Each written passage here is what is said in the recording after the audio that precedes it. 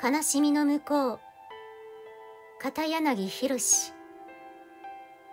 5月12日、心の扉を開く。辛い時は思い切って外に出ましょう。日差しを浴び、地面を踏みしめ、風を感じながら歩くとき、心の扉は外に向かって開かれます。